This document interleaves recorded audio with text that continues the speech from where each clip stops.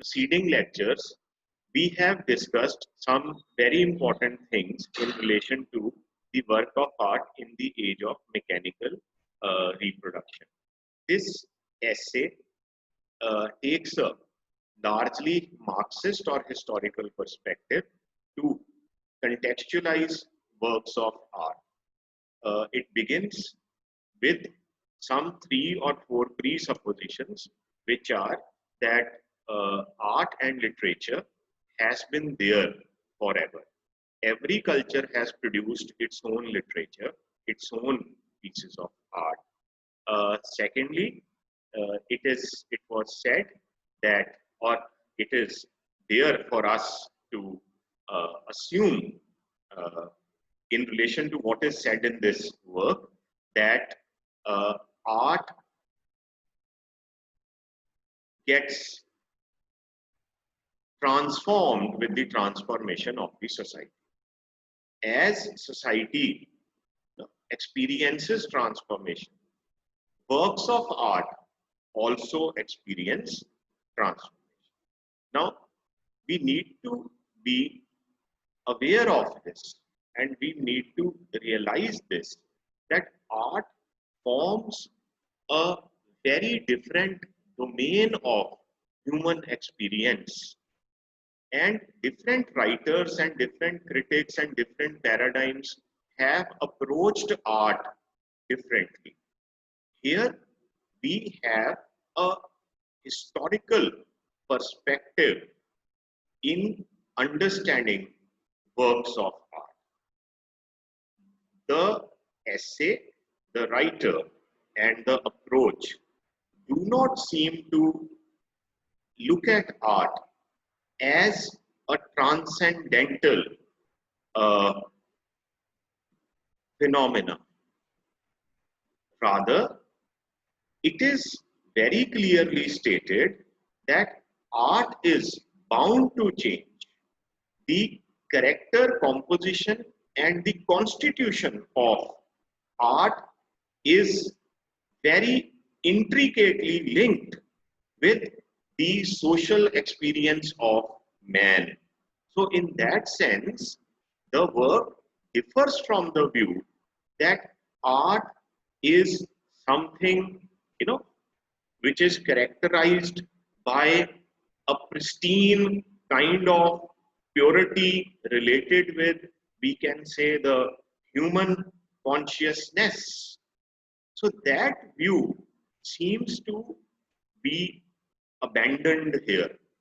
And everything that is said in the essay has a historical basis. So then the next thing we need to understand is that the writer takes a very clear stance in which the social life of human beings is understood in terms of man's economic activity of producing the means of sustaining life, or in simple words, producing commodities which are needed for the basic requirements and necessities of life. And this economic activity entails producing means of sustaining life and selling those means of sustaining life. This has been something which has been integral to human life. So we cannot take art and place it in an autonomous sphere away from the basic the basic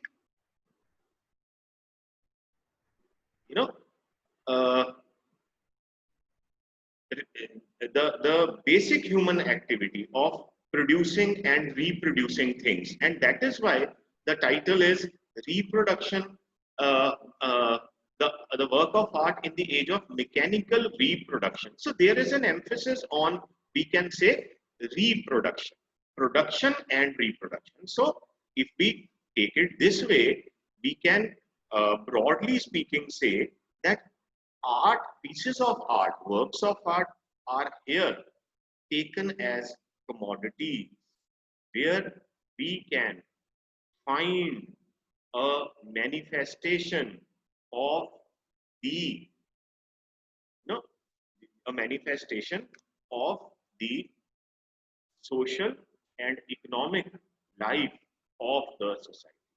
So, as I said in the beginning, that this essay adopts a historical approach to art to say that art gets transformed as and when society gets transformed according to the transformation of the society. So art is neither absolute nor autonomous, nor an absolute nor an autonomous category, okay, which is which has no connection with the social economic realities of the world. Rather, art is like other commodities that are produced and reproduced. It is also a, a manifestation of the economic and social realities of the world. So this is the view of art, which Walter Benjamin, being a Western Marxist, adopts in order to explore the meaning of art, the significance of art, and the new methods of reproduction of art, which are coming into existence in the present times. So the essay basically revolves around the idea of reproduction and uh, basically if we look at the question in terms of the evolution of the society, we know that the society has progressed from a basically feudal order and feudal structure to a capitalist order and capitalist structure. In feudal order and in feudal system, social system, uh, the, the commodities were produced at a small scale with the help of tools, instruments, and with, with the human labor uh, consisting of work performed with the help of the hand. As we progress into the capitalist society, the system of mass production in industrialized setups begins and work and commodities are produced with machines at a large scale. And we can say that the human hand is comparatively, uh, freed and the meaning of labor also changes. So the same thing happens in the sphere of art. So there is a clear demarcation of art that was produced manually in the earlier times and art which is produced technologically in the capitalist period of human history. So he says this shift in the social and economic setup of the world leads to a shift in one, in the concept of art, number one, in our in our understanding of art, definition of art, second, in the appreciation and interpretation of art, and lastly, in relation to new points of salience. For instance, towards the middle of the essay, he says that the uh, display value of art has suddenly increased in the new systems, in the present contemporary times. The display value of art has increased. So these are the various things which are taken up in this essay. So as far as the manually produced art was concerned, in the first two sections, the writer says that in manually produced art, the original work of art was held to be more important than its copy, because of the simple fact that it was very difficult to produce copies of works of art which were manually produced. There is a manuscript which is written with the help of hand. There is a sculpture which has been produced with through painstaking labor performed by the sculptor, and there could be a painting. Now these works of art were very difficult to it was very difficult to reproduce them. So therefore, in, in the domain of art, there was a lot of importance linked with originality of the work. The original work was often, uh, you know, was often uh, treated in relation to its genuineness and the history of its ownership. So these were the two criteria which were generally used to, to assess the value of art. The work which is original, the work which has been produced by the master, which is genuine, is more important than its copy, because copy was equated with forgery. It's not real, it's fake. So manually, this is the list I gave you in the last lecture, that manually produced work of art was treated as genuine. It had a certain authority which was not there in the copy, and it was believed that a copy can never faithfully reproduce all the minute details and various aspects of a piece of art or a work of art.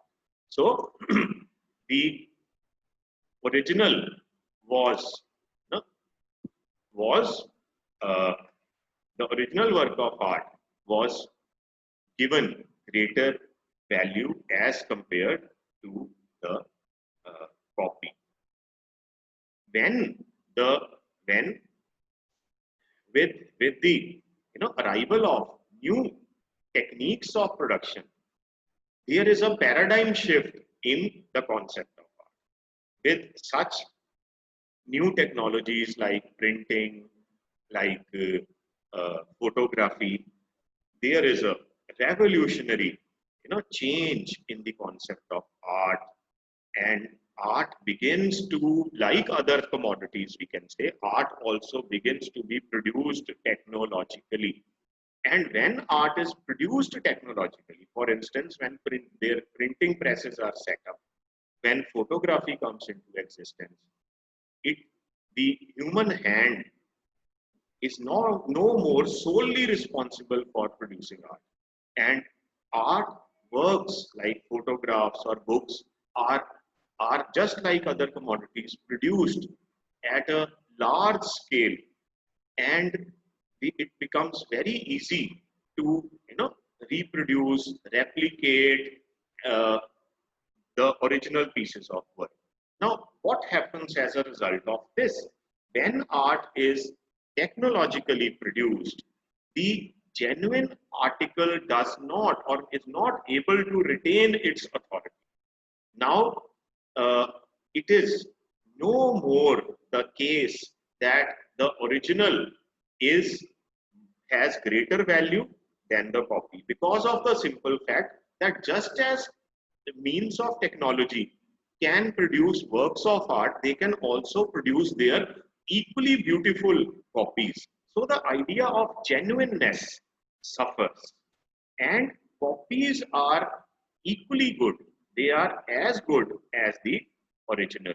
So the genuineness and the autonomy, which was something closely related to the original concept of originality, they, both of these things get diluted, they suffer. And there is now a realization that copies of the original can be faithfully reproduced in all their minutest details and all their minor aspects. So, I will end my recapitulation of the earlier lectures by saying that the ideas of genuineness, which are encapsulated by the writer in the term aura, that he goes on to say that the aura of the given work shrinks. Aura of the original work of art shrinks. Aura of art begins to shrink for the simple reason that now copies are freely available, they are freely circulated, they are produced with the help of machines at a very rapid pace. They are, they can be taken anywhere.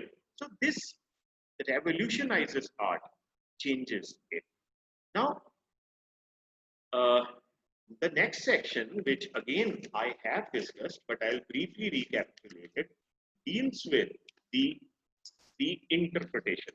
Not only at the level of production, but at the level of interpretation also. There is a revolutionary change because the interpretation of art, according to the writer, is also a social phenomenon. It is not. It is not.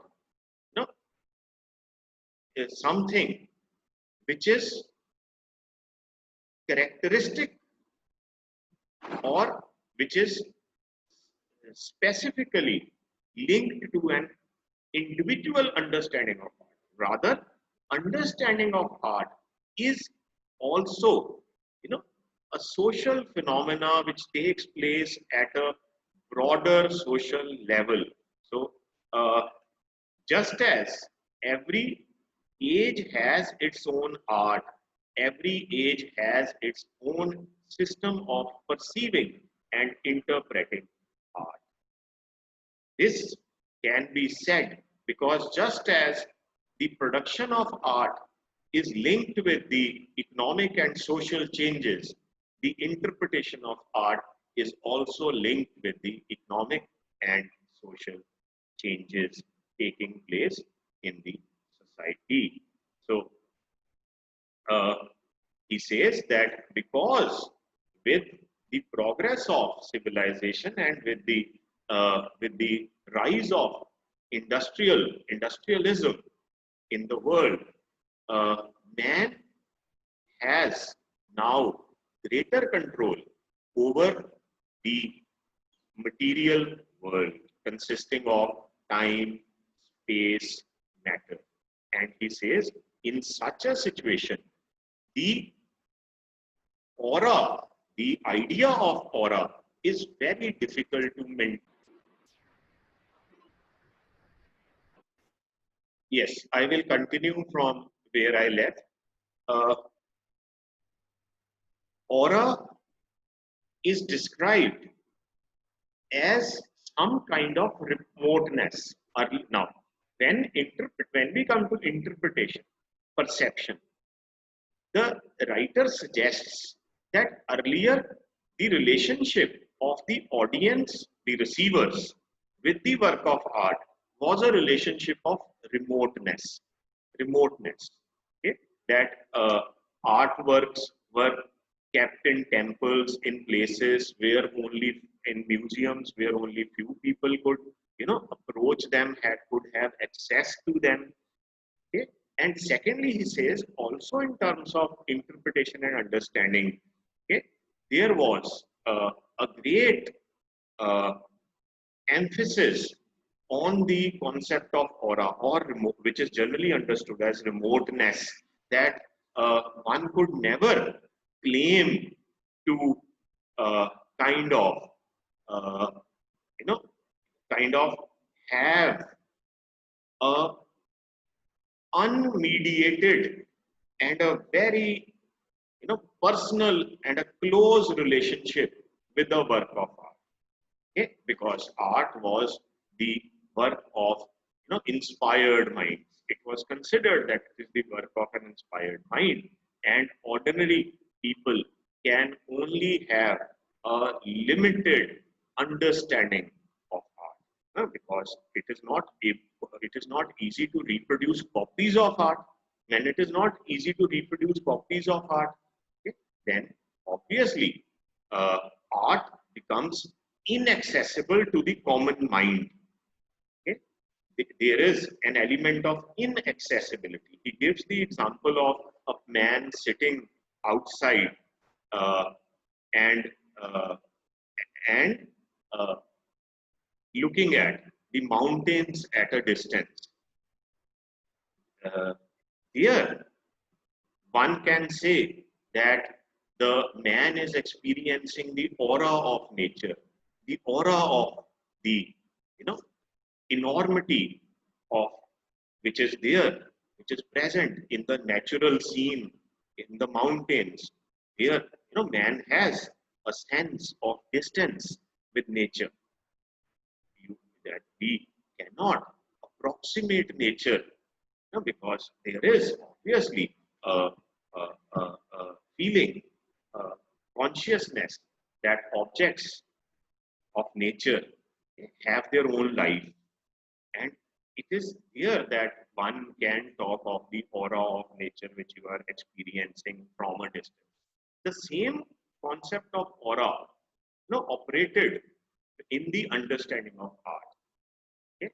Now, the writer uses the terms shrinking of aura and the fading of aura in the contemporary times as far as the perception and understanding of the work of art is concerned.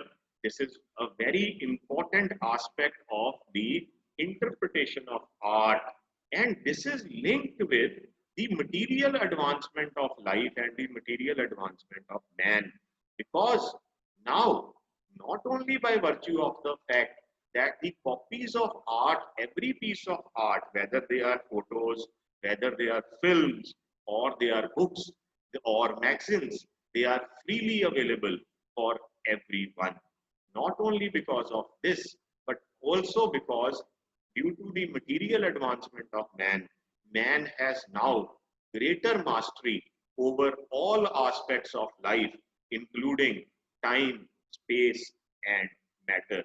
And now, such concepts as aura cannot be maintained, would not hold, would not be meaningful. Therefore, we have to concede that the aura of art is now fading, is shrinking. It is an antiquated and obsolete, or we can say it is an outdated idea, which does not have much relevance as far as art is concerned. So, uh,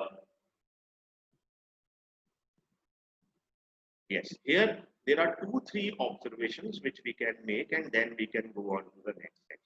So, the writer, as far as the broader meaning of the essay is concerned, the writer seems to disagree with the idea of autonomy of art, the ideas such as creativity, genius, okay, genuineness, transcendental idea of art, okay, one of a kind thing, that art is a one of a kind thing. He says all these things have seemed to be things of the past now.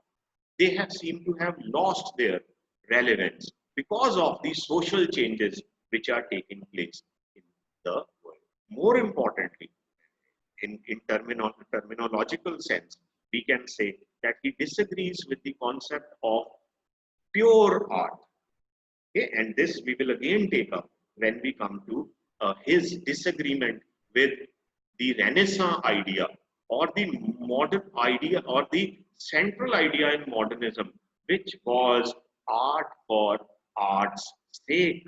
Now, this will be there, this will we will take up in the next section. But here it is more important to say that after the system of after technological advancement of the world and after art begins to be produced technologically, we have to admit that art, production of art and interpretation of art are part and parcel of the society in which autonomy of art seems to be a misconception.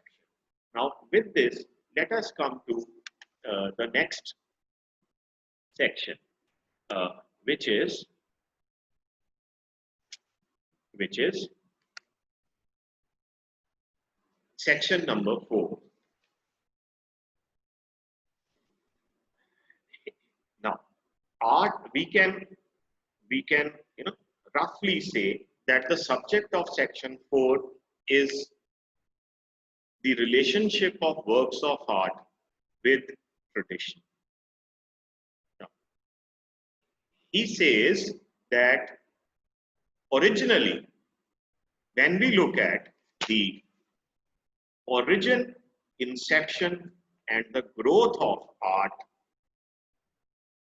in earlier societies, art had a religious function. Simple.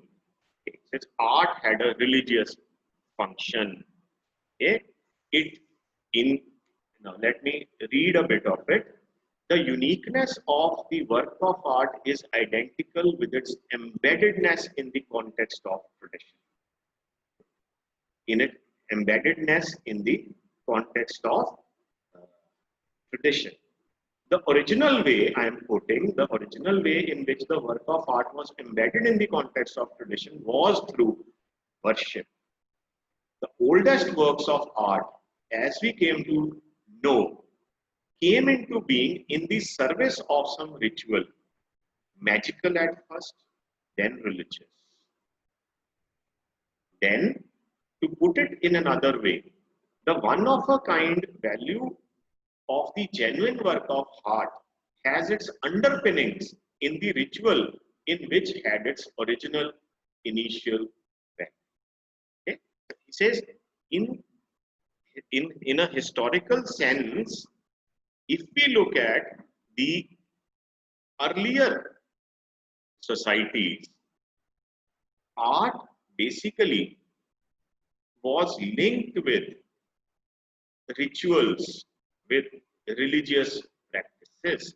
So there also it was not autonomous, it was not pure. No?